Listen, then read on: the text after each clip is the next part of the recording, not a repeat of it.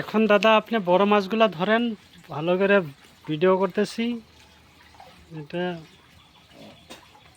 ও নি চলে না যাইবা মিছে মেল ফিমেল দুইটা একসাথে বেজি করে ছাড়া হইতেছে। এখানে মোটামুটি আপনার 1 কুইন্টালের মতো ডিমা দিবে।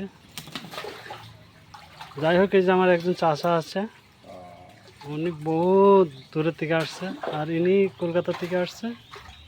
ইনি তো ডক্টর আমাদের এখানে। মাছ দেখেন কিভাবে সই করে।